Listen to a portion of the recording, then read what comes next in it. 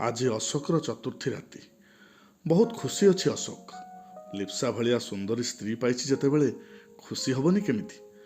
लिप्सा खाली सुंदरी नुह बहुत सेक्सी भी 34, 28, 30 साइज्र मस्त फिगर। जो टोका थरे लिप्सा को देखिबो ताको निजर करिया सी पागल हो। लिप्सा को निजर करिपारथिबारु निजको भाग्यवान मन करथिला अशोक। गोटाए गोटाए मिनिट गोटाए गोटाए जुग भलिया लागुथिला अशोक। केमिति राति हब केमिति से लिप्सा पाखक जाई ता देहरु सबु लुगापटा खोली देई ता उलग्न देह को निज उलग्न देह सहित जड़ई धरिब। लिप्सार देह सारा आंकी दब अजस्र चुंबन। लिप्सार शरीर रे निज शरीर को मिसई देई संभोगर सुख को अनुभव करिब।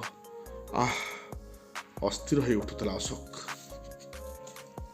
आगरू बाहा सारी अशोकर सांग माने चौठी राति स्त्री को केमती खुशी करा जाए से विषय अशोक को विभिन्न उपदेश दे चलते। अशोक व्याकुल हो उठुला लिप्सा सहित मधुर मिलन पाई। शेष से समय आसी पहुंचीगला। बेडरूम कबाट बंद करी चौठी सेज उपरे सजे ही बसी लिप्सा पाखर जाई बसिला अशोक। अशोक छाती भितरे होउथिबा धकधकर बेगटा बहुत बढ़ी जाए। धीरे धीरे निज हाथ को नहीं लिप्सार हाथ उपरे रखिला अशोक। किंतु ये कौन? अशोकर हाथरू निज हाथ को छड़े नहीं दूर को घुंचीगला लिप्सा।